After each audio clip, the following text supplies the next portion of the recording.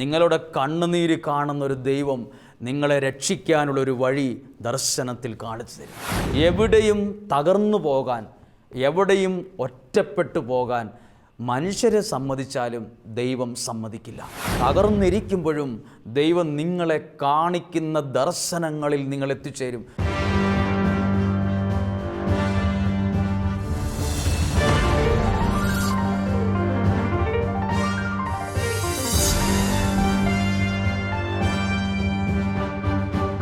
ഈശോയിൽ ഏറ്റവും പ്രിയപ്പെട്ടവരെ, വിമലപാതയിൽ എന്ന ഈ അനുഗ്രഹീത ശുശ്രൂഷയുടെ 23-ാമത്തെ ദിവസമാണ് പ്രാർത്ഥനയോടെ ആയിരിക്കുന്നത്.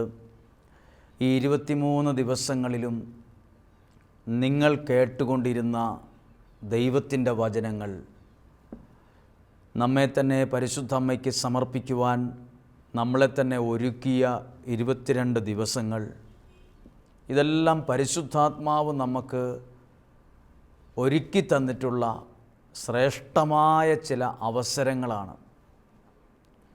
കാരണം ഇന്ന് നമുക്ക് എത്രയോ സൗഭാഗ്യമാണ് ദൈവത്തിൻ്റെ വചനങ്ങൾ നമ്മളായിരിക്കുന്ന സ്ഥലത്തിരുന്നു കൊണ്ട് ദൈവവചനം കേൾക്കുവാൻ ഒക്കെ സാധിക്കുന്നത്. ശ്രേഷ്ഠമായ ദൈവം ഒരുക്കി തന്ന അവസരവും വഴികളുമാണ്. നമുക്ക് നമ്മൾ സമർപ്പിച്ച നിയോഗങ്ങൾ എല്ലാം ഒരിക്കൽ കൂടി ഒന്ന് ഓർക്കാം. ഈ ദിവസം, ഈ 23-ാമത്തെ ദിവസം ദൈവത്തിൻ്റെ വലിയ അനുഗ്രഹത്തിന് കാരണമാകുന്നൊരു ദിവസമായി മാറട്ടെ. കാനായിലെ കുടുംബത്തിൽ പരിശുദ്ധ അമ്മയുടെ മാധ്യസ്ഥം ആ കുടുംബം അനുഭവിച്ചതുപോലെയുള്ള ഒരു സ്പെഷ്യൽ ദൈവാനുഭവം, ഒരു പ്രത്യേകമായ ദൈവാനുഭവം നിങ്ങൾക്കുണ്ടാകട്ടെ. നിങ്ങളുടെ പ്രാർത്ഥനയ്ക്ക് മറുപടി ലഭിക്കും. നിങ്ങളുടെ പ്രാർത്ഥനാ നിയോഗങ്ങൾ ദൈവം ഏറ്റെടുക്കും. നമുക്കറിയാം, ദൈവവചനം ശ്രദ്ധിക്കാൻ ഒരാളെ വിളിക്കുമ്പോൾ അവർക്കൊക്കെ മടിയായിരിക്കും. ഒരു പ്രോഗ്രാമിന് ഒരാളെ വിളിച്ചാൽ ഭയങ്കര സന്തോഷത്തോടെ വരും. ഹോട്ടലിൽ പോയി ഒരു ഭക്ഷണം കഴിക്കാൻ ഒരാളെ വിളിച്ചാൽ വളരെ സന്തോഷത്തോടെ വരും. ഒരു ഔട്ടിങ്ങിന് വിളിച്ചാൽ സന്തോഷത്തോടെ വരും. എന്നാൽ ദൈവവചനം ശ്രവിക്കാൻ ഒരാളെ വിളിച്ചാലോ അപ്പോൾ അവരുടെ മുഖം വാടും. ചിലപ്പോൾ ഇഷ്ടപ്പെടത്തില്ല. നീ പൊക്കോ, ഞാൻ വരുന്നില്ല. അല്ല, നീ കേൾക്ക്, ഞാനിവിടെ ഇരിക്കാം, മറ്റൊരു ദിവസം ആകട്ടെ. നമ്മൾ പെട്ടെന്ന് മാറ്റിക്കളയും. അപ്പോൾ അത്ര എളുപ്പത്തോടെ കേൾക്കാൻ പറ്റുന്ന ഒന്നിൻ്റെ മുമ്പിലല്ല നമ്മളിരിക്കുന്നത്. ദൈവവചനം ശ്രവിക്കാൻ ദൈവാത്മാവിൻ്റെ ഒരു സഹായം നമുക്ക് ആവശ്യമാണ്. നമ്മളിത് കേവലം ഒരു പ്രോഗ്രാമിൻ്റെ ഭാഗമായി കേൾക്കുകയല്ല, ഇതൊരു നിയോഗത്തിൻ്റെ ഭാഗമാണ്. ദൈവം ഒരുക്കിയ ചില അവസരങ്ങളാണ്, ദൈവം ഒരുക്കുന്ന ചില നിമിത്തങ്ങളാണ്. നമ്മുടെ ജീവിതത്തിൽ ദൈവത്തിന് ഇടപെടാൻ ദൈവം ചില കാരണങ്ങൾ, ദൈവം ഒരുക്കുന്ന ചില സമയങ്ങളാണ്. അതിൻ്റെ അർത്ഥം ഇത് ദൈവം നമ്മളെ സഹായിക്കുന്ന സമയമാണ്. സങ്കീർത്തന വചനം പറയുന്നുണ്ടല്ലോ, ആകാശവും ഭൂമിയും സൃഷ്ടിച്ച ദൈവം എന്നെ സഹായിക്കും. നിയോഗം വെച്ച് പ്രാർത്ഥിക്കുന്ന ഓരോ വ്യക്തികളെയും ദൈവം സഹായിക്കും. മനുഷ്യനെ സഹായിക്കും എന്ന് പറഞ്ഞിട്ടുണ്ട് നമ്മളോട്. പക്ഷേ അവരുടെ സഹായമൊക്കെ അപ്രത്യക്ഷമാവും. സഹായിക്കുമെന്ന് പറഞ്ഞ ആൾക്കാരെ ഒന്നും സഹായ സമയത്ത് നമ്മൾ കാണില്ല. ചില ആളുകൾ നമ്പർ തന്നിട്ട് നമ്മളോട് പറയും, എന്തെങ്കിലും ആവശ്യമുണ്ടേ വിളിക്കണം, ഞങ്ങൾ സഹായിക്കാം. കൃത്യസമയത്ത് അവരെ വിളിക്കുന്ന സമയത്ത് ആ സഹായം അവിടെ നിന്ന് ഉണ്ടാകണമെന്നില്ല. പല സഹായങ്ങളും നമുക്ക് വെറും വാക്കുകളായി മാത്രമേ ഉള്ളൂ. എന്നാൽ ദൈവത്തിൻ്റെ സഹായം അങ്ങനെയല്ല. വാക്കു പറഞ്ഞ ദൈവം വിശ്വസ്തനാണ്. നിങ്ങൾ നിങ്ങളുടെ ജീവിതത്തിൽ ഒന്ന് പറയണം ഈ വാക്ക്, ദൈവം വിശ്വസ്തനാണ്, ദൈവം സഹായിക്കും. ഈ 23-ാമത്തെ ദിവസം നിങ്ങളെ, നിങ്ങളുടെ കുടുംബത്തെ ദൈവം സഹായിക്കുന്നൊരു സമയമായി മാറട്ടെ. ദൈവം സഹായിക്കും. മനസ്സിലൊന്ന് ആ വാക്ക് പറയാമോ? ദൈവം എന്നെ സഹായിക്കും. ഇത് വെറുതെ കേൾക്കുകയല്ല, കേൾക്കാൻ വേണ്ടി കേൾക്കുകയല്ല, ഒരു പ്രോഗ്രാം ആയതുകൊണ്ട് കേൾക്കുകയല്ല. ദൈവത്തിൻ്റെ സഹായം അനുഭവിക്കാൻ ആഗ്രഹിച്ച് കേൾക്കുകയാണ്. ദൈവം നിന്നെ സഹായിക്കും, നിൻ്റെ കുടുംബത്തെ ദൈവം സഹായിക്കും. എൻ്റെ കുഞ്ഞുങ്ങളുടെ കാര്യം എന്തു ചെയ്യും? ആര് സഹായിക്കും? ദൈവമായ കർത്താവ് നിന്നെ സഹായിക്കും. ഈ പ്രതിസന്ധിയിൽ, ഈ കടബാധ്യതയിൽ ഞാൻ എന്തു ചെയ്യും? ദൈവം നിന്നെ സഹായിക്കും. പ്രിയപ്പെട്ടവരെ, ദൈവത്തിൻ്റെ സഹായം അത് നിങ്ങളുടെ ജീവിതത്തിൽ അനുഭവിച്ചറിയാൻ കഴിയുന്ന ഒരു യാഥാർത്ഥ്യമായി മാറും. ഇന്ന് നിങ്ങളോട് വളരെ മനോഹരമായൊരു ദൈവവചനം ശ്രദ്ധിക്കുവാൻ ആഗ്രഹിക്കുകയാണ്, നിങ്ങളുടെ ശ്രദ്ധയിൽ കൊണ്ടുവരാൻ. ഉൽപ്പത്തി പുസ്തകം 28 അധ്യായം 10 മുതലുള്ള വാക്യങ്ങളാണ്. അത് യാക്കോബിൻ്റെ സ്വപ്നം എന്നാണ്. ആരാണ് യാക്കോബെന്നും യാക്കോബിൻ്റെ സാഹചര്യങ്ങളും അവസ്ഥകളും അഭിമുഖീകരിച്ച വിഷയങ്ങളും ഒക്കെ ഒരു പരിധിവരെ നിങ്ങൾക്കറിയാമായിരിക്കും. യാക്കോബ് ദൈവത്തിൻ്റെ അനുഗ്രഹമുള്ള ഒരാളാണ്. യാക്കോബിൻ്റെ ഇപ്പോഴത്തെ പ്രസൻറ്റ് സിറ്റുവേഷൻ, ഈ 28 അധ്യായത്തിൻ്റെ സിറ്റുവേഷൻ വളരെ ക്രിട്ടിക്കലാണ്. ഒരു പ്രത്യേക അന്തരീക്ഷത്തിലാണ്. ഒന്നുമില്ലാതായി ശൂന്യമായി പോയ ഒരന്തരീക്ഷത്തിൽ യാക്കോബ് നിൽക്കുന്ന ഒരു സ്ഥലമാണ് 28 അധ്യായം. ഒരു പ്രതിസന്ധിയുടെ മുമ്പിലാണ്. ഞാൻ അതിനു മുമ്പൊരു കാര്യം നിങ്ങളോട് പറയാം.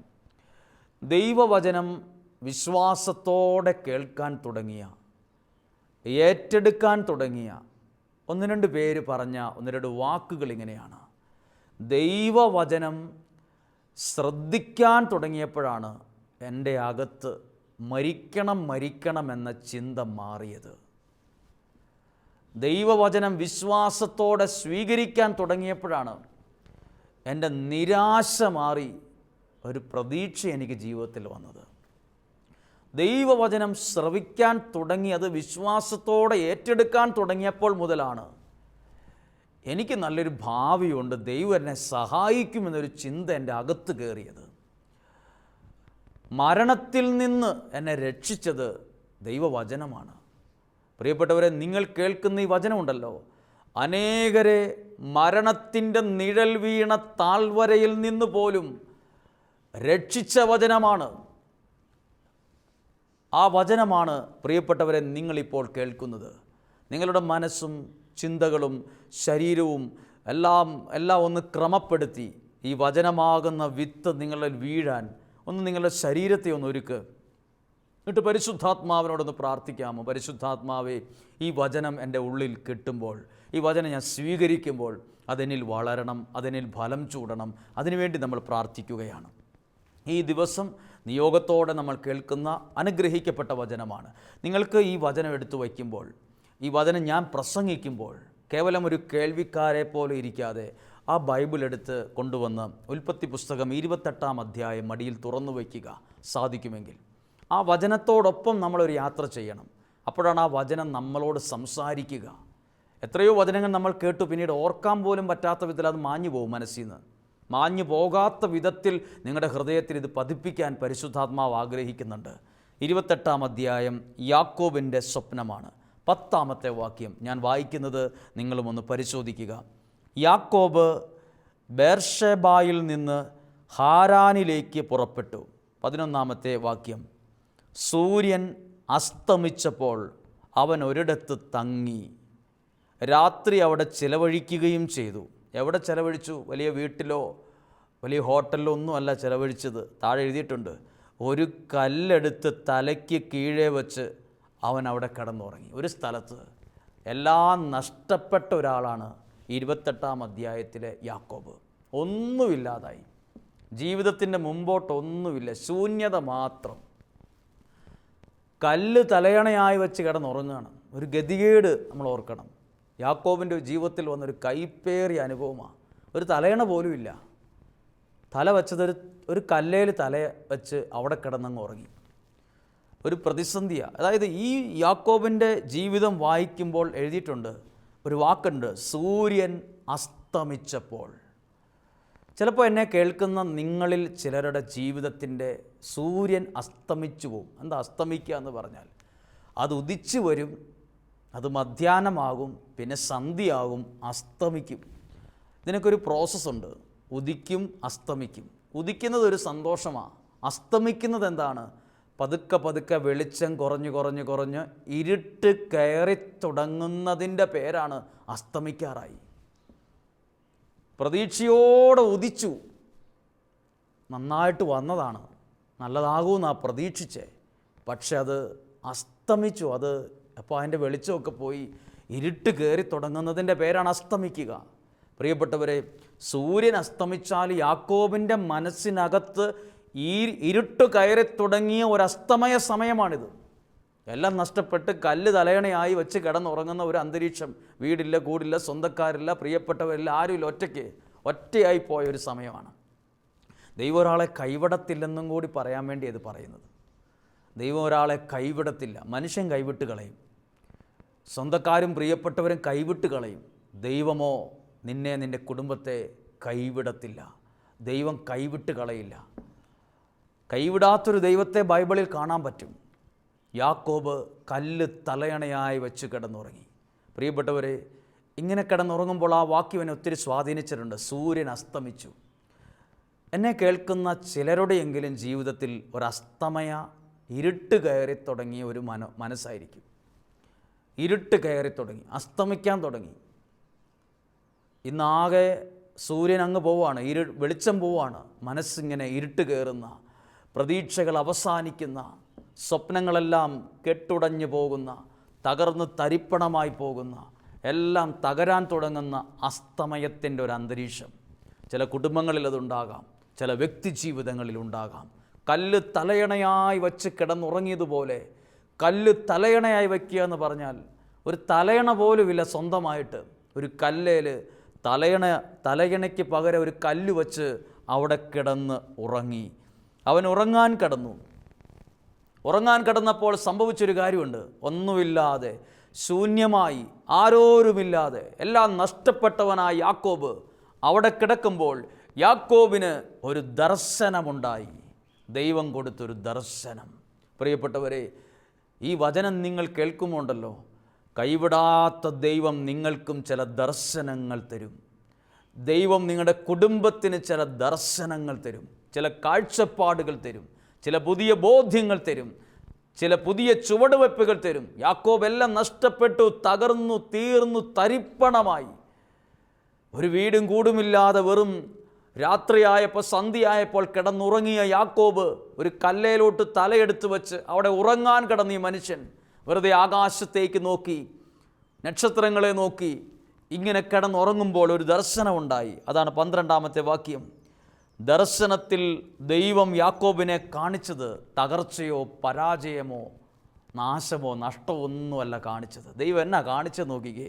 ദൈവം കാണിച്ചതാണ് ഭൂമിയിൽ ഉറപ്പിച്ചിരുന്നൊരു കോവണിയാണ് കണ്ടത്. അതിൻ്റെ രണ്ടറ്റം എവിടെയൊക്കെ ഉണ്ട്. അതിൻ്റെ ഒരറ്റം ആകാശത്ത് മുട്ടി നിൽക്കുന്നു, അതിൻ്റെ ഇപ്പുറത്തെ അറ്റം ഭൂമിയിൽ. ദൈവദൂതന്മാർ അതിലൂടെ കയറുകയും ഇറങ്ങുകയും ചെയ്തുകൊണ്ടിരുന്നു. ഇതിങ്ങനെ കാണുവാണ്, ദർശനമാണ് ഇത്. നമ്മൾ ഇരുട്ടത്ത് അല്ലെങ്കിൽ ഉറങ്ങാൻ കിടക്കുമ്പോൾ നമ്മൾ കാണുന്ന സ്വപ്നം വെറും സാധാ സ്വപ്നമല്ല, ഇത് ദൈവം കൊടുത്ത ദർശനമാണ്. ദൈവം അവനെ കാണിച്ച ദർശനമാണ്. ദൈവം ദർശനത്തിൽ കാണിച്ചു കൊടുത്ത പ്രത്യേകതയുണ്ട്. ഒരു കോവണിയാണ് കാണിച്ചു കൊടുത്തത്. നമ്മളൊക്കെ കോവണി കണ്ടിട്ടുണ്ട്. അതിനൊക്കെ ഒരു നിശ്ചിത ഉയരവും നിശ്ചിത പൊക്കവും ഒക്കെ ഉള്ളൂ. അതിൻ്റെ തട്ടുകൾ ഒരു ഇത്രയ്ക്ക് പൊക്കമുള്ളൊരു കോവണിക്ക്. മനുഷ്യനിർമ്മിത കോവണികൾക്കൊക്കെ ഇത്രേ പൊക്കമുള്ളൂ, അതേത് മോഡലാണെങ്കിലും. പക്ഷെ ദൈവം അവനെ കാണിച്ച കോവണിക്ക് ആകാശത്തോളം ഉയരമുള്ളൊരു കോവണിയാണ് കാണിച്ചു കൊടുത്തത്. പ്രിയപ്പെട്ടവർ, അതിൻ്റെ അർത്ഥം എന്തായിരിക്കും മനസ്സിലാകുന്നത്? അവനൊരു പ്രതീക്ഷ കൊടുക്കുവാണ് ദൈവം. നിൻ്റെ ജീവിതം ഈ കോവണി പോലെ പടിപടിയായി ഉയരും. ഞാൻ അതിൻ്റെ ഒരു വ്യാഖ്യാനം പറയുകയാണ്. അല്പം വിശാല അടിസ്ഥാനത്തിൽ അതിനെ കാണുകയാണ്. എല്ലാം നഷ്ടപ്പെട്ടവനോട് നമ്മൾ കൂടെയുള്ളവരെന്നാ പറയുന്നത്, നിൻ്റെ എല്ലാം തീർന്നു, എല്ലാം അവസാനിച്ച്, ഇനി നീ എന്തു ചെയ്യും, ഇനി എവിടെ പോകും, നിൻ്റെ കാര്യം ആകെ നഷ്ടപ്പെട്ടു പോയല്ലോ, നിൻ്റെ കാര്യമൊക്കെ കഷ്ടമുണ്ട് കേട്ടോ, ഭയങ്കര വിഷമമുണ്ട് കേട്ടോ, ഇങ്ങനെയൊക്കെ കാണുന്നതിൽ. നിന്നെയൊന്നും ഈ ഒരു അവസ്ഥയെ കാണുമെന്ന് ഞാൻ ഒരിക്കലും വിചാരിച്ചില്ല. ഇതൊക്കെയാണ് മനുഷ്യർ നമ്മളോട് പറയുക. ദൈവം അവനോട് ഒരിക്കലും ദർശനത്തിൽ പറഞ്ഞോ, നിൻ്റെ ജീവിതം ഇവിടെ കൊണ്ട് തീരുകയാണ്, കഷ്ടമായിപ്പോയി, നിൻ്റെ തലവരിങ്ങനെ ആയതുകൊണ്ടായി ഇങ്ങനെ കിടക്കുന്നത്. ഇതൊന്നുമല്ല പറഞ്ഞത്. എല്ലാം നഷ്ടപ്പെട്ട് ആരാരും ഇല്ലാതെ ഒറ്റപ്പെട്ടിരിക്കുമ്പോഴും ശൂന്യമായിട്ടിരിക്കുമ്പോഴും ദൈവം അവനെ കാണിച്ചത് ഒരു നല്ല കോവണിയാണ്. നീ ഇതിലൂടെ കയറും. ദൈവം അവനെ കാണിച്ചത് നീ ഉയരുമെന്ന് പറഞ്ഞൊരു കോവണിയാണ് കാണിച്ചത്. പ്രതീക്ഷയാണ്. പ്രിയപ്പെട്ടവരെ, ഈ വചനം നിങ്ങൾക്ക് ഒരു വലിയ പ്രതീക്ഷ തരും. നിങ്ങളുടെ കുടുംബം ഒരു പടിപടിയായൊരു ഉയർച്ചയെ നിങ്ങൾ അനുഭവിക്കും, നന്മ നിങ്ങൾ അനുഭവിക്കും. ഞാനൊരു ഉദാഹരണം നിങ്ങളോട് പറയാം. ഒരു കുടുംബത്തിൻ്റെ സാഹചര്യം ബിസിനസ്സൊക്കെ നടത്തി പ്രതീക്ഷയോടെ ആരംഭിച്ച ബിസിനസ്സാണ്. അതിൻ്റെ പേരിൽ പലിശയ്ക്ക് കടമെടുത്തു, മനുഷ്യരുടെ കയ്യിൽ നിന്ന് അധികമായി പണമെടുത്തു.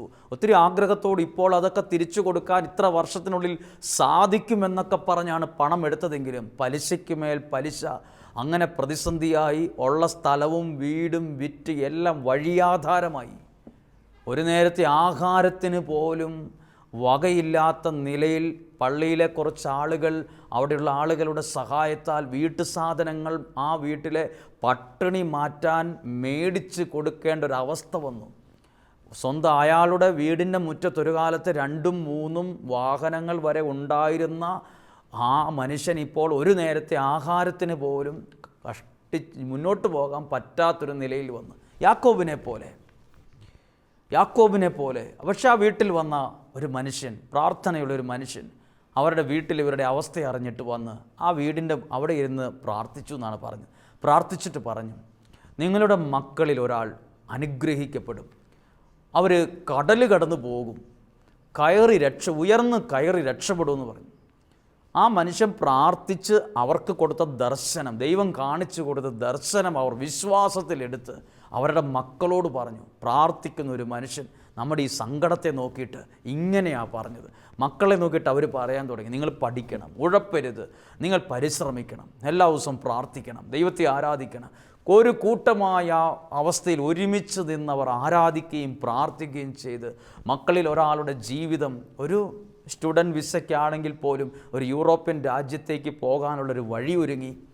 അവിടെ ചെന്ന് ഒത്തിരി കഷ്ടപ്പാടുകളൊക്കെ ആ സാഹചര്യത്തിൽ നേരിട്ടെങ്കിലും ആ രാജ്യത്ത് സ്ഥിരതാമസിക്കാനുള്ള നിയമമായി, അല്ലെങ്കിൽ ആ വ്യക്തിക്ക് അതിനുള്ള അനുവാദം കിട്ടി, PR കിട്ടി. അങ്ങനെ സ്വന്തം കൂടെയുള്ള തൻ്റെ സഹോദരങ്ങളെയും കൂടെ കൂട്ടുപിടിച്ച് ആ രാജ്യത്തിലേക്ക് എത്തി. ഇന്ന് അവരുടെ നിലയും വിലയും മാറി.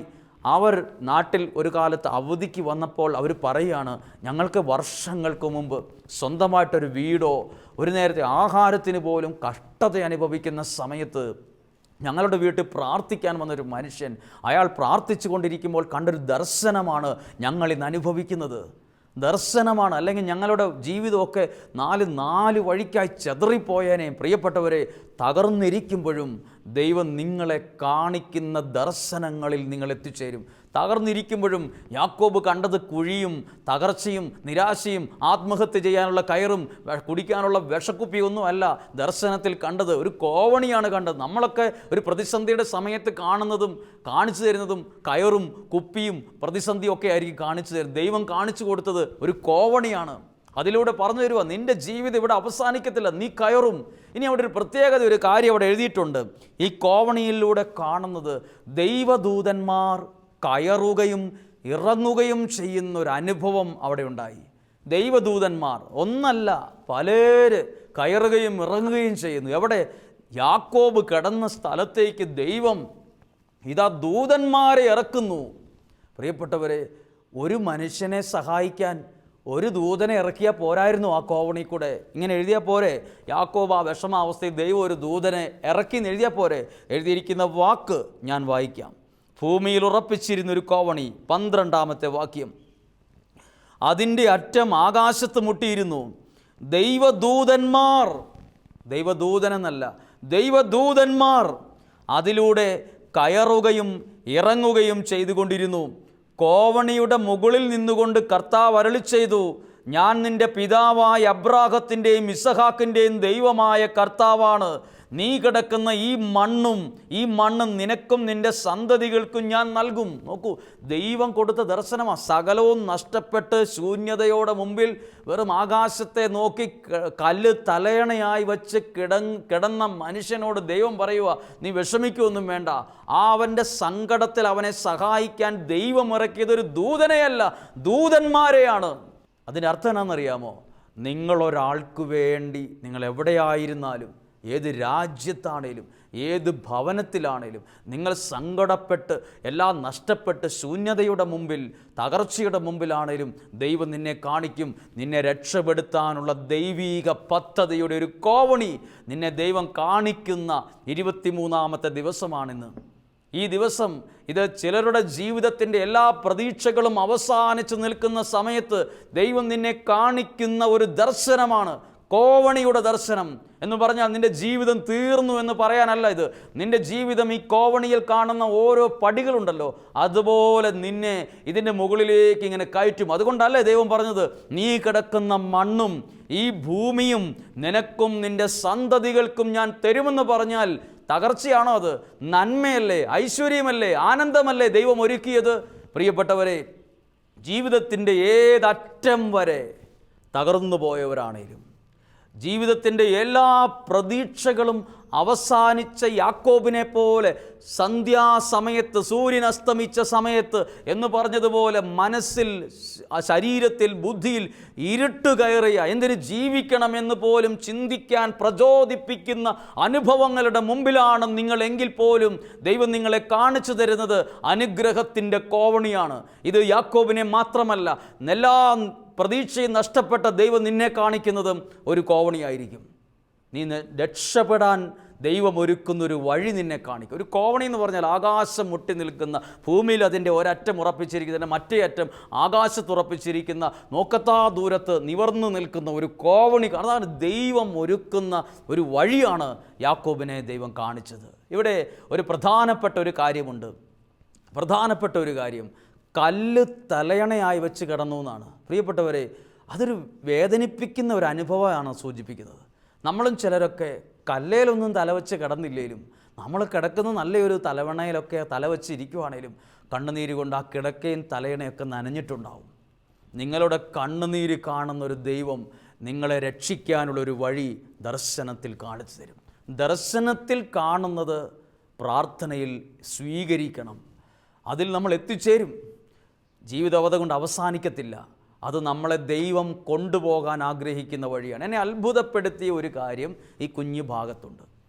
ആ ഭാഗമാണ് ഒരുപാട് ദൂതന്മാർ ഒരാൾക്ക് വേണ്ടി. ഇപ്പോൾ എനിക്കൊരാവശ്യം വന്നാൽ എന്നെ സഹായിക്കാൻ ഒരാളായിരിക്കും ചിലപ്പോൾ വരിക. ഇപ്പോൾ നമ്മൾ എവിടെയെങ്കിലും ഒരാളെ ഫോൺ വിളിച്ചിട്ട് പറയും, ഞാനിങ്ങനെ ഒരു അവസ്ഥയിൽ നിൽക്കുകയാണ്, എനിക്ക് വണ്ടിയൊന്നും കിട്ടിയിട്ടില്ല എന്ന് പറഞ്ഞാൽ നമ്മളെ സഹായിക്കാൻ അവിടുന്ന് 10 പേര് ഒരു വണ്ടിക്ക് വരത്തില്ല. ഒരാളായിരിക്കും വന്ന് ഒരു ബൈക്കിൽ നിന്ന് വന്ന് കൂട്ടിക്കൊണ്ട് സഹായിക്കാൻ വരുന്നത്. ഇവിടെ യാക്കോബിനെ സഹായിക്കാൻ ദൈവം ഒരു ദൂതനെ വിട്ടാൽ മതിയായിരുന്നു. നോർമലായിട്ട് ചിന്തിച്ചാൽ അത്രയൊക്കെ സഹായം ഇപ്പോൾ ആവശ്യമുള്ളൂ. പക്ഷെ ദൈവം അയച്ചത് ദൂതന്മാരെ അയച്ചു. ആരും ഇല്ലാതിരിക്കുന്ന യാക്കോബിനെ ദൂതന്മാരുടെ എല്ലാ ഉള്ളവനായ ഒരു അന്തരീക്ഷത്തിൽ അവിടെ നിർത്തിയത്. പ്രിയപ്പെട്ടവരെ, എവിടെയും തകർന്നു പോകാൻ, എവിടെയും ഒറ്റപ്പെട്ടു പോകാൻ മനുഷ്യരെ സമ്മതിച്ചാലും ദൈവം സമ്മതിക്കില്ല. കല്ല് തലയണയായി കിടന്നുറങ്ങാൻ കിടന്ന യാക്കോബിൻ്റെ അനുഭവമുള്ള ആരൊക്കെയോ എന്നെ കേൾക്കുന്നുണ്ട്. നിങ്ങളുടെ കണ്ണുനീര് കൊണ്ട് കിടക്കയും തുവാലയും കയ്യിലെ ടർക്കിയും നിങ്ങൾ ഉപയോഗിക്കുന്ന ബൈബിള് തന്നെ കണ്ണുനീര് വീണ് ചിലപ്പോൾ അതിൻ്റെ താളുകൾ നനഞ്ഞിട്ടുണ്ടാകും. നിങ്ങളുടെ കയ്യിൽ നിങ്ങൾ ജപമാല പോലും നിങ്ങളുടെ കണ്ണുനീര് ഇടയ്ക്കിടയ്ക്ക് തുടച്ച് ആ ജപമാല പോലും കണ്ണുനീരിൻ്റെ ഉപ്പുവെള്ളം കൊണ്ട് ആ ഒരു നനവ് കൊണ്ട് നനഞ്ഞിട്ടുണ്ടാകും. ഇത് കാണുന്നൊരു ദൈവമുണ്ട്. ആ ദൈവം നിന്നെ കാണിക്കുന്നത് ആത്മഹത്യ ചെയ്യാനുള്ളൊരു കയറല്ല കാണിച്ചത്, താഴോട്ട് ചാടാനുള്ള വലിയൊരു കുഴിയല്ല കാണിച്ചത്. നീ അങ്ങ് പോയി ചാക്, തീരാൻ പോവുക, തീർന്നു, നിൻ്റെ ജീവിതം ഇത്രയൊക്കെ ഉള്ളൂ, നിൻ്റെ ഭാവി തീർന്നു എന്നല്ല ദൈവം പറഞ്ഞത്. നിന്നെ രക്ഷിക്കാനുള്ളൊരു കോവണി, ഒരു പദ്ധതിയുടെ ഒരു കോവണിയാണ് കാണിച്ചു കൊടുത്തത്. പ്രിയപ്പെട്ടവരെ, ഇത് 23-ാമത്തെ ദിവസമാണ്. എല്ലാ വഴികളും അടഞ്ഞു എന്ന് പറഞ്ഞ് മനസ്സടച്ചിരിക്കരുത്. സൂര്യൻ അസ്തമിച്ചതുപോലെ ഇരുട്ട് കയറിയ ഒരു മനസ്സും ഇരുട്ട് കയറിയ ഒരു അന്തരീക്ഷവും ഒക്കെ ആയിരിക്കും ജീവിതത്തിലുള്ളത്. സാരമില്ല, ദൈവം നിന്നെ കാണിക്കുകയാണ് രക്ഷപ്പെടാനുള്ള ദൈവ പദ്ധതിയുടെ ഒരു കോവണി.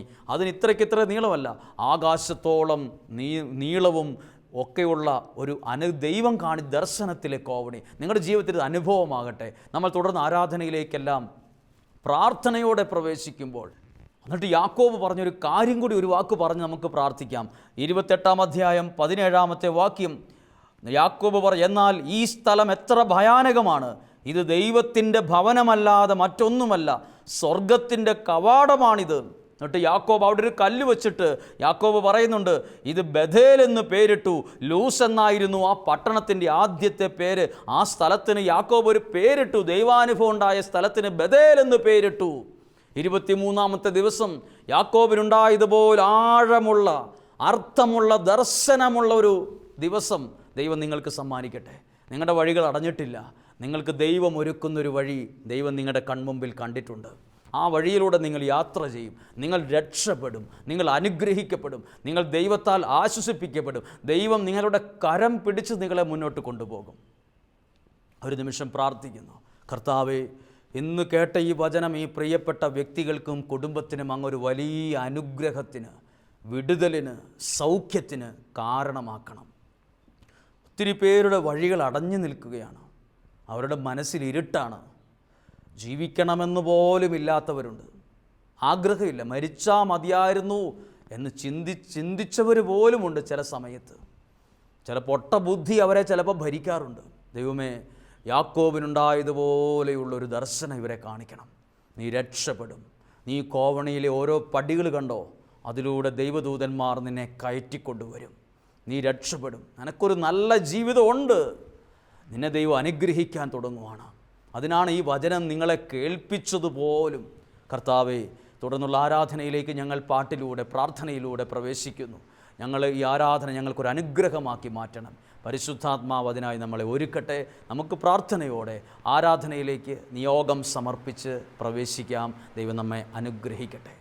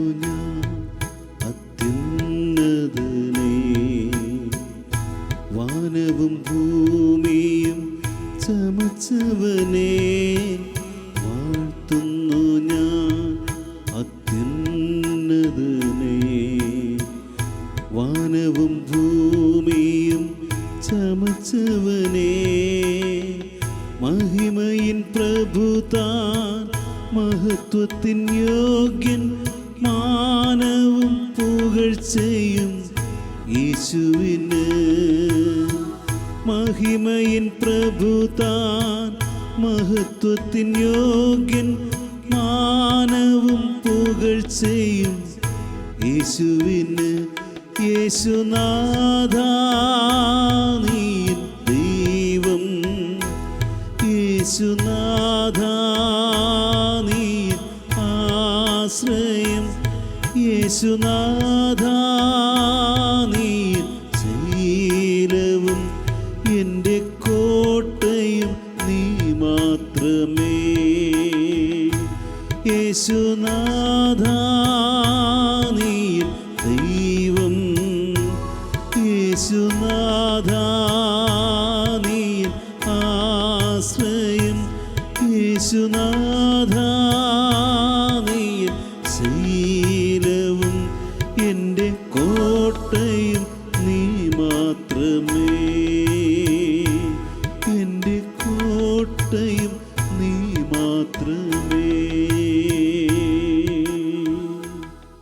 പരിശുദ്ധ പരമദിവ്യകാരുണ്യത്തിന് നേരവും ആരാധനയും സ്തുതിയും പുകഴ്ചയും ഉണ്ടായിരിക്കട്ടെ. നിത്യസ്തുതിക്ക് യോഗ്യനായ പരിശുദ്ധ പരമദിവ്യകാരുണ്യത്തിന് നേരവും ആരാധനയും സ്തുതിയും പുകഴ്ചയും ഉണ്ടായിരിക്കട്ടെ. ദൈവ സാന്നിധ്യ അനുഭവം നമ്മുടെ ഭവനങ്ങളിൽ ദൈവം ഒരുക്കുന്നതിനെ ഓർത്ത് പരിശുദ്ധ പരമദിവ്യകാരുണ്യീശോയ്ക്ക് നേരവും ആരാധനയും സ്തുതിയും പുകഴ്ചയും ഉണ്ടായിരിക്കട്ടെ. പ്രിയപ്പെട്ടവരെ, ഈ ആരാധനയുടെ 23-ാമത്തെ ദിവസമാണിന്ന്. ഈ ആരാധനയിൽ നിങ്ങളെയും നിങ്ങളുടെ കുടുംബത്തിലുള്ളവരെയും നിങ്ങളുടെ നിയോഗത്തെയും എല്ലാം ചേർത്ത് വയ്ക്കുകയാണ്. നിങ്ങളെ വിശ്വാസത്തിൽ നിങ്ങളുടെ ജീവിതത്തെ ദൈവകരങ്ങളിലേക്ക് കൊടുത്തുകൊണ്ടാണ് ഈ ആരാധനയിൽ പങ്കെടുക്കുന്നത്, പ്രാർത്ഥിക്കുന്നത്. ഈ സമയം നമ്മുടെ ജീവിതത്തിൽ ദൈവം നൽകിയ എല്ലാ നന്മകളെയും നമുക്കൊന്ന് ഓർക്കാം. ദൈവം നൽകിയ നന്മകളെ ഓർക്കാതെ നമുക്ക് ആരാധനയിലായിരിക്കാൻ സാധിക്കത്തില്ല. കണ്ണിനെ കണ്ണുനീരിൽ നിന്നും, കാലിനെ വീഴ്ചയിൽ നിന്നും, ജീവനെ മരണത്തിൽ നിന്നും രക്ഷിച്ച ആ ദൈവത്തിൻ്റെ സ്നേഹത്തെ എങ്ങനെ ഓർക്കാതിരിക്കും? നമ്മുടെ ദൈവത്തിൻ്റെ സാന്നിധ്യം കൊണ്ട് എത്രയോ അവസ്ഥകളിൽ നമ്മൾ രക്ഷിക്കപ്പെട്ടിട്ടുണ്ട്, എത്രയോ അപകടങ്ങൾ മാറിയിട്ടുണ്ട്, എത്രയോ ദുരിതങ്ങൾ മാറിപ്പോയിട്ടുണ്ട്, എത്രയോ സാഹചര്യങ്ങൾ, ദുർഘടമായ സാഹചര്യങ്ങൾ ജീവിതത്തിൽ നിന്ന് മാറിയിട്ടുണ്ട്. കണ്ണിനെ കണ്ണുനീരിൽ നിന്നും, കാലിനെ വീഴ്ചയിൽ നിന്നും, ജീവനെ മരണത്തിൽ നിന്നും സംരക്ഷിക്കുന്ന ദൈവത്തെ നമ്മുടെ കരങ്ങളെ ഉയർത്തി നമുക്കെല്ലാവരും ഒരു നിമിഷം ദൈവത്തെ സ്തുതിക്കുകയാണ്. നിങ്ങൾ നിങ്ങളുടെ ഭവനങ്ങളിലിരുന്ന് അധരം തുറന്ന് പ്രാർത്ഥിക്കാൻ സാധിക്കുമെങ്കിൽ, അല്ലാത്ത പക്ഷം നിങ്ങളുടെ ഹൃദയങ്ങളിൽ തന്നെ ദൈവമേ നന്ദി, കർത്താവെ ഞങ്ങൾ അങ്ങേ സ്തുതിക്കുന്നു എന്നൊന്ന് പറഞ്ഞ് തന്നെ ഒന്ന് പ്രാർത്ഥിക്കുന്നു. Hallelujah, hallelujah. കർത്താവെ ഞങ്ങൾ അങ്ങേ സ്തുതിച്ച് പ്രാർത്ഥിക്കുന്നു. പരിശുദ്ധാത്മാവിൻ്റെ ഇടപെടൽ ഞങ്ങൾക്ക് നൽകുന്നതിന് ഞങ്ങൾ നന്ദി പറയുന്നു. ഹല്ലേലൂയ. ദൈവ സാന്നിധ്യത്തെ ഒരുക്കുന്നതിന് നന്ദി പറയുന്നു. ഈ ശുശ്രൂഷയെ ഓർത്ത് നന്ദി പറയുന്നു. ഇതിൽ പങ്കെടുക്കുന്നവരെ ഓർത്ത് നന്ദി പറയുന്നു. ദൈവകരങ്ങളിലേക്ക് സമർപ്പിക്കുന്നു. Hallelujah, hallelujah. യേശുവേ നന്ദി പറയുന്നു. Hallelujah, hallelujah, hallelujah, hallelujah. യേശുവേ സ്തുതിക്കുന്നു, സ്തുതിക്കുന്നു, സ്തുതിക്കുന്നു, നന്ദി പറയുന്നു. Hallelujah, hallelujah. യേശുവേ നന്ദി പറയുന്നു. യേശുവേ സ്തുതിക്കുന്നു, സ്തുതിക്കുന്നു. ബലമേകി ബലവാനായോ നടത്തിയിടുന്നു. ചേർന്ന് നമ്മൾ പാടുന്നു. ബലഹീനതയിൽ ബലമേകി ബലവാനായോ നടത്തിയിടുന്നു. കൃപയാലേ, കൃപയാലേ. ചേർന്ന് കൃപയാലേ, കൃപയാലേ. കൃപയാൽ അനുദിനവും, കൃപയാൽ അനുദിനവും. കൃപയാലേ, കൃപയാലേ. കൃപയാലേ. കൃപയാൽ അനുദിനവും. എന്റെ കൃപ നിനക്കു മതി. എന്റെ കൃപ നിനക്കു മതി. കർത്താവിന്റെ തിരുവചനം, കർത്താവിൻ തിരുവചനം. ഒന്ന് ചേർന്ന് എല്ലാവരും ചേർന്ന് പാടാം. എന്റെ കൃപ നിനക്കു മതി. കർത്താവിൻ തിരുവചനം. അനശ്വരമായ വചനമതേ അതിശയമായവൻ നടത്തിയിടുന്നു. ചേർന്ന് അനശ്വരമായ വചനമതേ അതിശയമായവൻ നടത്തിയിടുന്നു. എങ്ങനെ നടത്തും? കൃപയാൽ. കൃപയാലേ. ചേർന്ന് പറഞ്ഞേ. കൃപയാലേ. കൃപയാൽ അനുദിനവും. കൃപയാൽ അനുദിനവും. വിശ്വാസത്തോടെ ബോധ്യത്തിൽ. കൃപയാലേ. കൃപയാലേ. കൃപയാൽ അനുദിനവും. നമ്മളിപ്പോൾ പാടിയ പാട്ടിൻ്റെ 4 വരികൾ നിങ്ങൾ ശ്രദ്ധിച്ചു കാണും. എൻ്റെ കൃപ നിനക്ക് മതിയെന്നാ പറഞ്ഞു. My grace is sufficient for you. അവിടെ ഇംഗ്ലീഷിൽ സഫിഷ്യൻ്റ് എന്ന വാക്കാണ്. അത് മതി നിനക്ക്. പൗലോസ്ലീഹ യേശുവിനോട് പറഞ്ഞു, ദൈവത്തോട് പറഞ്ഞു, എൻ്റെ ശരീരത്തിൽ ഒരു മുള്ളുണ്ട്, എനിക്ക് അതിൽ നിന്ന് പുറത്തു വരണം. അപ്പോൾ യേശു പറഞ്ഞ വാക്കാണ് എൻ്റെ കൃപ. My grace is sufficient. അത് മതി. പ്രിയപ്പെട്ടവരെ, നിങ്ങളുടെ ജീവിതത്തിലും ഒരുപക്ഷെ നിങ്ങൾ പല കാര്യങ്ങളിലും പലതിൽ നിന്നും പുറത്തു കടക്കാൻ നമ്മൾ ആഗ്രഹിക്കുന്നുണ്ടാകും. ദൈവം നിന്നോട് സംസാരിക്കുന്നൊരു വാക്കാണ് my grace is sufficient for you. എൻ്റെ കൃപ നിനക്കും മതി. അത് മതി, ധാരാളമാണ്. ആ കൃപ നിങ്ങളിലേക്ക് വർഷിക്കപ്പെടുന്ന സമയമാണിത്. ഈ ദിവസം നമ്മൾ കേട്ട ദൈവവചനം ഉൽപ്പത്തി പുസ്തകം 28-ാം അധ്യായം 10 മുതലുള്ള വാക്യങ്ങളാണ്. യാക്കോബിൻ്റെ ഒരു അവസ്ഥയും വിഷമവും സാഹചര്യവുമാണ് എഴുതിയിട്ടുള്ളത്. നമ്മൾ കേട്ടു.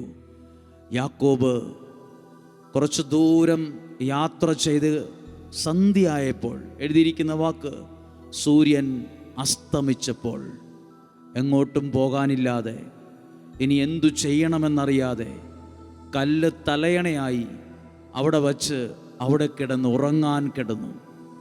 അവിടെ യാക്കോബിനുണ്ടായ ദർശനമാണ് നമ്മൾ ഇന്ന് കേട്ടത്. യാക്കോബിൻ്റെ ജീവിതം, ആ ഒരു സാഹചര്യം എല്ലാം നഷ്ടപ്പെട്ട ഒരു സാഹചര്യം. ഇനി എന്തു ചെയ്യണമെന്നറിയത്തില്ലാത്തൊരു അവസ്ഥ. എങ്ങോട്ട് പോകണം, എന്ത് തുടങ്ങണം, കയറിക്കിടക്കാനൊരു വീടോ ചെന്ന് കയറാനുള്ളൊരു സാഹചര്യം ഒന്നുമില്ലാതെ ഇത്രയൊക്കെ വല്ലാതെ തകർന്നു പോയി. തല വയ്ക്കാൻ ഒരു തലയണ പോലും ഇല്ലാത്ത വിധത്തിൽ ഒരു കല്ല് തലയണയായി അവിടെ കിടക്കുമ്പോഴാണ് ദൈവം ഒരു ദർശനം കാണിച്ചത്. ആകാശത്തോളം മുട്ടുന്നൊരു കോവണി, അതിലൂടെ ദൂതന്മാർ കയറുകയും ഇറങ്ങുകയും ചെയ്യുന്നു. യാക്കോബ് അത് കണ്ടു. ആ കോവണിയുടെ രണ്ടറ്റവും യാക്കോബ് ശ്രദ്ധിച്ചു. അതിൻ്റെ ഒരറ്റം ഭൂമിയുടെ താഴെ ഭൂമിയിൽ ഉറപ്പിച്ചിരിക്കുന്നു, മറ്റേ അറ്റമാകട്ടെ ആകാശത്തോളം വലിയ ഒരു കോവണി. ദൂതന്മാർ കയറുകയും ഇറങ്ങുകയും ചെയ്യുന്നൊരവസ്ഥ. ഇത് യാക്കോബിൻ്റെ ജീവിതത്തെ മാറ്റിമറിച്ചു. യാക്കോബ് പറഞ്ഞു, ഞാൻ ദൈവത്തെ കണ്ട സ്ഥലമാണിത്, എനിക്ക് ദൈവാനുഭവം ഉണ്ടായ സ്ഥലമാണ്. പ്രിയപ്പെട്ടവരെ, യാക്കോബിൻ്റെ ജീവിതത്തിലെ എല്ലാ വഴികളും അടഞ്ഞപ്പം ദൈവം യാക്കോബിനെ കാണിച്ചത് മരിക്കാനുള്ള കയറോ കുടിക്കാനുള്ള വിഷക്കുപ്പിയോ അല്ല കാണിച്ചത്, ആകാശത്തോളം ഉയർന്നിരിക്കുന്ന ഒരു കോവണിയാണ് കാണിച്ചത്.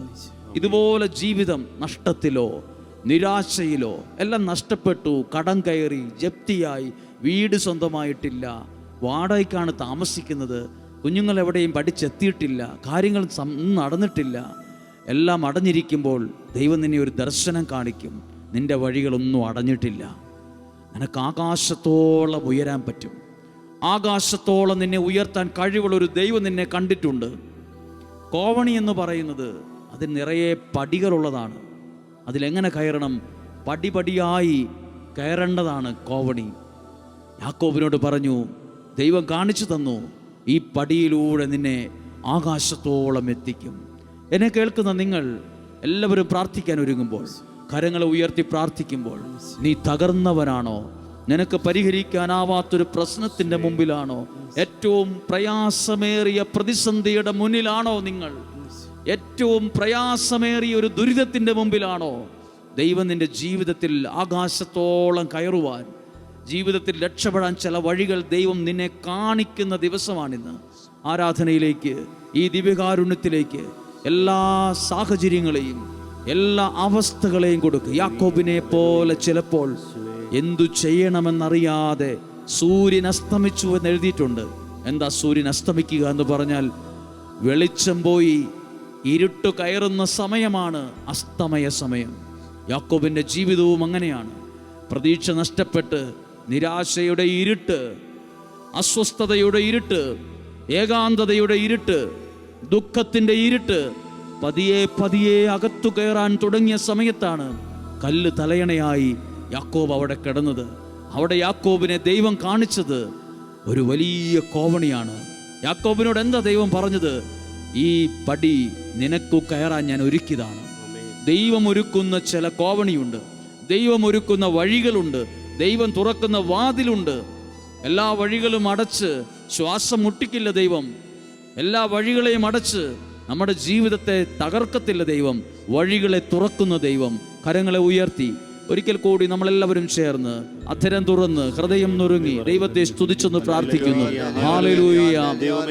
ജീവിതത്തെ സമർപ്പിച്ചുകൊണ്ട്, ആരോഗ്യത്തെ സമർപ്പിച്ചുകൊണ്ട്, ആയുസ്സിനെ സമർപ്പിച്ചുകൊണ്ട്, പ്രതീക്ഷ നഷ്ടപ്പെട്ട എല്ലാ സാഹചര്യങ്ങളെയും, പ്രതീക്ഷ നഷ്ടപ്പെട്ട എല്ലാ വിഷയങ്ങളെയും, രോഗമാകാം, സാമ്പത്തിക പ്രശ്നമാകാം, സമാധാനം നഷ്ടപ്പെട്ടതാകാം, ഭാവി നഷ്ടപ്പെട്ട അവസ്ഥയാകാം, സ്വപ്നങ്ങൾ തച്ചുടഞ്ഞു പോയ സാഹചര്യമാകാം, വലിയൊരു ഏകാന്തത അനുഭവിക്കുന്ന സാഹചര്യമാകാം, ഏറ്റവും വലിയ പ്രയാസത്തിലൂടെയാണോ കടന്നു പോകുന്നത്? ദൈവം വഴി തുറക്കും, ദൈവം വഴി തുറക്കും, ദൈവം വഴി തുറക്കും. Hallelujah, hallelujah, hallelujah. നീ തകർന്നവനാണോ മകനെ? നീ തളർന്നവനാണോ മകളെ? ഈ ഗാനത്തിൻ്റെ വരികൾ പ്രാർത്ഥനയോടെ നമുക്ക് കേൾക്കാം. അറിയാമെങ്കിൽ ചേർന്ന് പാടി പ്രാർത്ഥിച്ചു നോക്കാം. നീ തകർന്നവനാണു മകനേ, നീ തകർന്നവളാണോ മകളെ? ഞാൻ നിന്റെ രക്ഷകൻ, നിന്റെ തകർച്ചകളിൽ നന്മയായി മാറ്റുന്നവൻ. യേശു നായകൻ.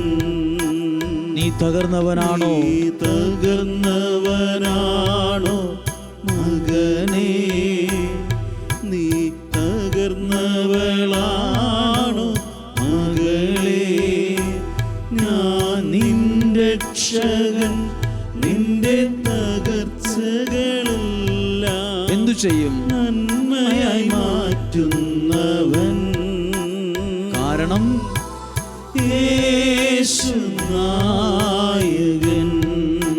പ്രിയപ്പെട്ടവരെ, നീ തകർന്നവനാണോ, നീ തകർന്നവളാണോ എന്ന് ദൈവം എന്നോട് ചോദിക്കുന്നൊരു ചോദ്യമാണത്. എന്നിട്ട് യേശു പറയുന്നു, നീ ധൈര്യമായിട്ടിരിക്കുക, ഞാൻ നിന്റെ രക്ഷകനാണ്, ഞാൻ നിന്റെ സഹായകനാണ്, ഞാൻ നിന്നെ സഹായിക്കാൻ മതിയായവനാണ്. കർത്താവേ, ഈ ആരാധനയിൽ പാട്ടിലൂടെ പ്രാർത്ഥിച്ചു കൊണ്ടിരിക്കുന്ന എല്ലാ പ്രിയപ്പെട്ടവരെയും, രോഗക്കിടക്കയിലോ തകർച്ചയുടെ വക്കിലോ ഒക്കെ ആയിരിക്കുന്ന എല്ലാവരെയും ചേർത്ത് പിടിച്ചുകൊണ്ട് പ്രാർത്ഥിച്ചുകൊണ്ട്, രോഗിയാണു മകനേ, നീ രോഗിണിയാണു മകളേ? നീ രോഗിയാണോ? നീ രോഗിയാണു മകനേ? നീ രോഗിണിയാണു മകളേ? ഞാൻ നിന്റെ രക്ഷകൻ, സൗഖ്യദായകൻ, നിന്റെ വേദനയറിയുന്നവൻ. യേശു നായകൻ. പറഞ്ഞേ, ഞാൻ നിന്റെ രക്ഷകൻ, സൗഖ്യദായകൻ, നിന്റെ വേദനയറിയുന്നവൻ. യേശു നായകൻ. നീ തകർന്നവനാണോ? നീ തകർന്നവനാണോ മകനേ? നീ തകർന്നവളാണോ മകളേ? ഞാൻ നിന്റെ രക്ഷകൻ, നിന്റെ തകർച്ചകളെല്ലാം നന്മയായി മാറ്റുന്നവൻ. യേശു യേശു നായകൻ. ചേർന്ന് പറഞ്ഞേ, യേശു നായകൻ. യേശു നായകൻ. പ്രിയപ്പെട്ടവരെ, നമ്മൾ പാടി പ്രാർത്ഥിച്ചത് ദൈവം നമ്മളോട് സംസാരിച്ചതാണ്, പാട്ടിലൂടെ കേട്ടത്. ദൈവം എന്നോട്, എൻ്റെ കുടുംബത്തോട് സംസാരിച്ചതാണ്. ആ സ്വരമാണ് നിങ്ങളിൽ മുഴങ്ങിയത്. കേവലം ഒരു പാട്ടായി മാത്രം അത് കേൾക്കാതെ ദൈവം അതെന്നോട് സംസാരിച്ചതാണെന്ന് വിശ്വസിക്കുക. യാക്കോബിൻ്റെ ജീവിതം അനുഗ്രഹിക്കപ്പെട്ടതുപോലെ ഇന്ന് എൻ്റെയും ജീവിതം അനുഗ്രഹിക്കപ്പെടും. കാരണം യാക്കോബിൻ്റെ ദൈവം എൻ്റെയും ദൈവമാണ്. അബ്രാഹത്തിൻ്റെയും ഇസഹാക്കിൻ്റെയും യാക്കോബിൻ്റെയും ദൈവമാണ് എൻ്റെയും ദൈവം, നിങ്ങളുടെയും ദൈവം.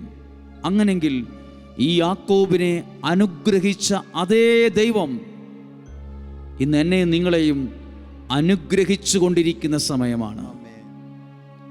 അബ്രാഹത്തിൻ്റെയും ഇസഹാക്കിൻ്റെയും യാക്കോബിൻ്റെയും ദൈവമേ, എന്നെ ഈ അവസ്ഥയിൽ നിന്ന് പുറത്തു കൊണ്ടുവരണമേ, എന്നെ ഈ അവസ്ഥയിൽ നിന്ന് രക്ഷിക്കണമേ. ഈ വചനം ആരാധന കേൾക്കുമ്പോഴും പകുതി അവിശ്വാസത്തിലും പകുതി വിശ്വാസത്തിലും ഇരിക്കരുത്. സാധിക്കുന്നിടത്തോളം ദൈവത്തോട് ചേർന്നിരിക്കുക. യാക്കോബ് കണ്ട ദർശനം ഇന്ന് ദൈവം നമ്മളെയാ കാണിക്കുന്നത്. യാക്കോബ് ദർശനത്തിൽ കണ്ട ആ ഒരു കോവണിയുണ്ട്, ആകാശത്തോളം സ്വർഗത്തോളം എത്തി നിൽക്കുന്ന ദൈവം കാണിച്ച ദർശനത്തിലെ ഒരു വഴി. ഇത് യാക്കോബിനെ മാത്രമല്ല, ഇന്ന് ഈ ആരാധനയിൽ പങ്കെടുക്കുന്ന നിങ്ങളെയും ദൈവം കാണിക്കുന്ന ദർശനമാണ്. വഴികൾ അടഞ്ഞിട്ടില്ല. ഇതാ ദൈവമായിട്ടൊരു വഴി തുറക്കുന്നു. അതിലൊറ്റയടിക്കുള്ള ഉയർച്ചയല്ല, അതിൽ ചില പടികളുണ്ട്, ചില തട്ടുകളായി അതിനെ ക്രമീകരിച്ചിട്ടുണ്ട്. സ്റ്റെപ്പ് ബൈ സ്റ്റെപ്പ് എന്ന് പറയില്ലേ, അതുപോലെ പടിപടിയായി നിന്നെ വളർത്താൻ, ആത്മീയതയിലാണേലും ഭൗതിക മണ്ഡലത്തിലാണേലും പടിപടിയായി എന്നെ നിങ്ങളെയും ഉയർത്തുന്ന ഒരു ദൈവത്തിലേക്ക് ജീവിതം സമർപ്പിച്ചുകൊണ്ട് നമുക്കൊന്ന് ഏറ്റുചൊല്ലി പ്രാർത്ഥിക്കാം. കർത്താവായ യേശുവേ, കർത്താവായ യേശുവേ, ഈ ആരാധനയിൽ അങ്ങേ ഞങ്ങളുടെ രക്ഷകനും നാഥനും ദൈവവും കർത്താവുമായി ഏറ്റുപറയുന്നു. ഹല്ലേലൂയ, ഹല്ലേലൂയ. കർത്താവായ യേശുവേ, അങ്ങേ ഞങ്ങൾ സ്നേഹിക്കുന്നു.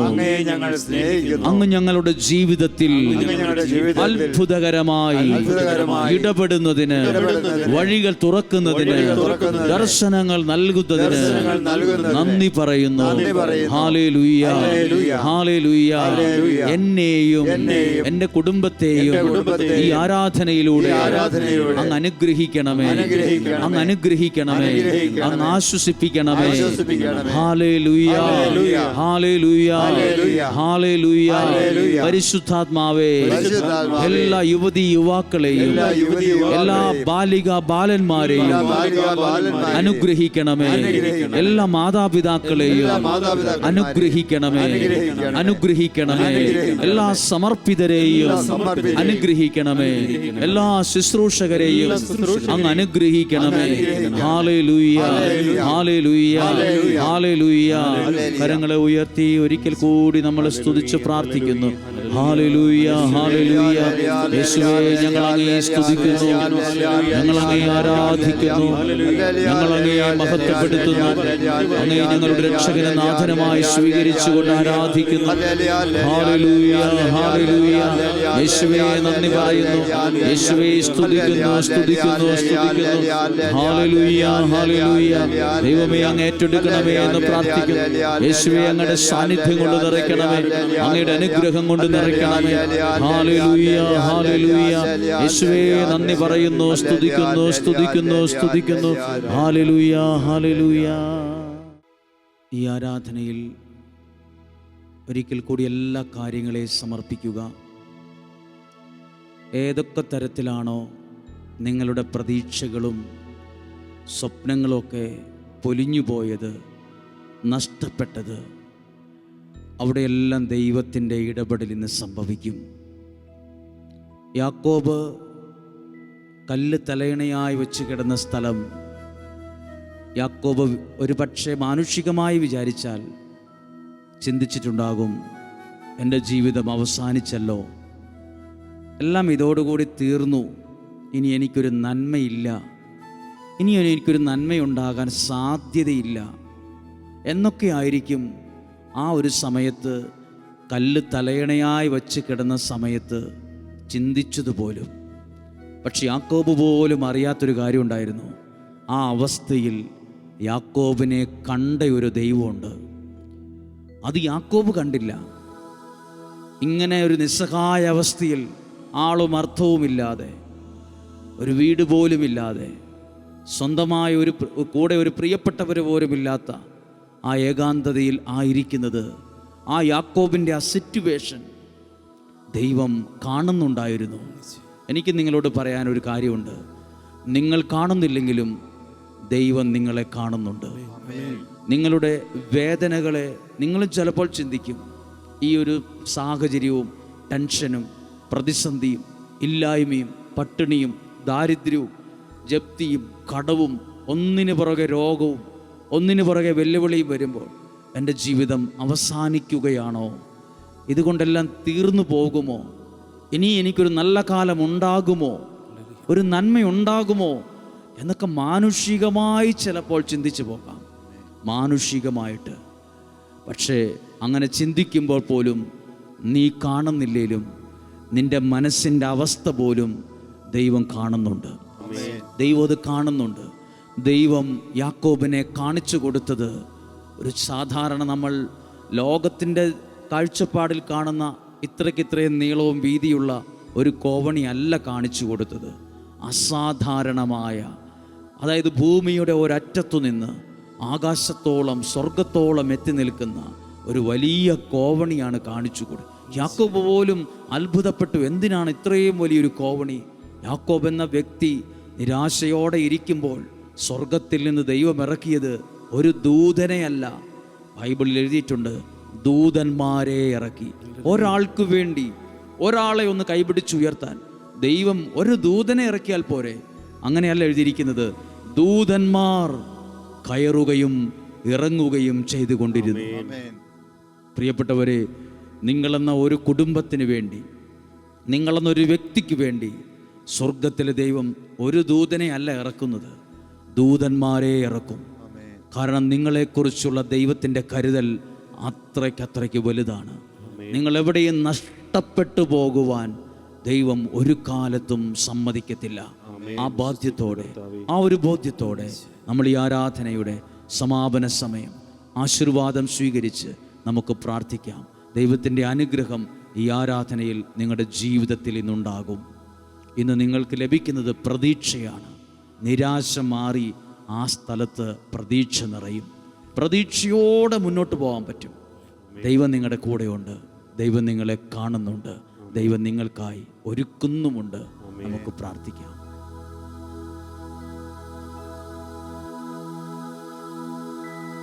പരിശുദ്ധ ശരീരത്താലും വിലയേറിയ രക്തത്താലും പാപത്തിൻ കറകളിൽ നിന്നും മർത്യനു നീ മോചനമേകി. സകലേശ ദിവ്യ കടാക്ഷം തൂഗണമേ വത്സല സുതരിൽ.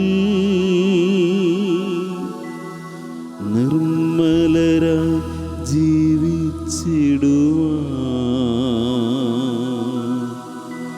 ചിന്തണമേ ദിവ്യവരങ്ങൾ.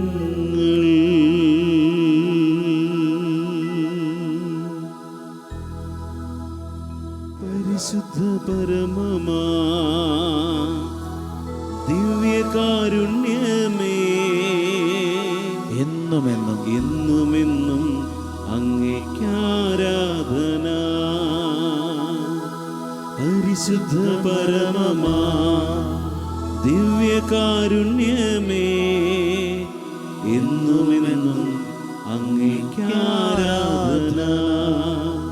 പരിശുദ്ധ പരമമാ ദിവ്യകാരുണ്യമേ, എന്നുമെന്നും അങ്ങേക്കാരാധന. ഇന്നത്തെ പ്രവൃത്തി. പാവപ്പെട്ട ഒരു വ്യക്തിക്കെങ്കിലും ദാനധർമ്മം ചെയ്യുക.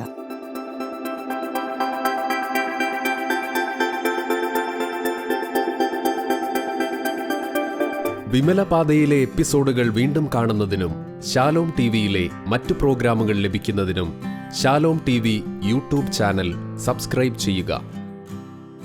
വേദനിക്കുന്നവർക്ക് ആശ്വാസമേകാൻ, തകർന്നവർക്ക് പ്രതീക്ഷയേകാൻ സുവിശേഷ പ്രവർത്തനത്തിൽ പങ്കാളിയാകുവിൻ. ഈ വീഡിയോ നിങ്ങളുടെ പ്രിയപ്പെട്ടവർക്ക് ഷെയർ ചെയ്യുക.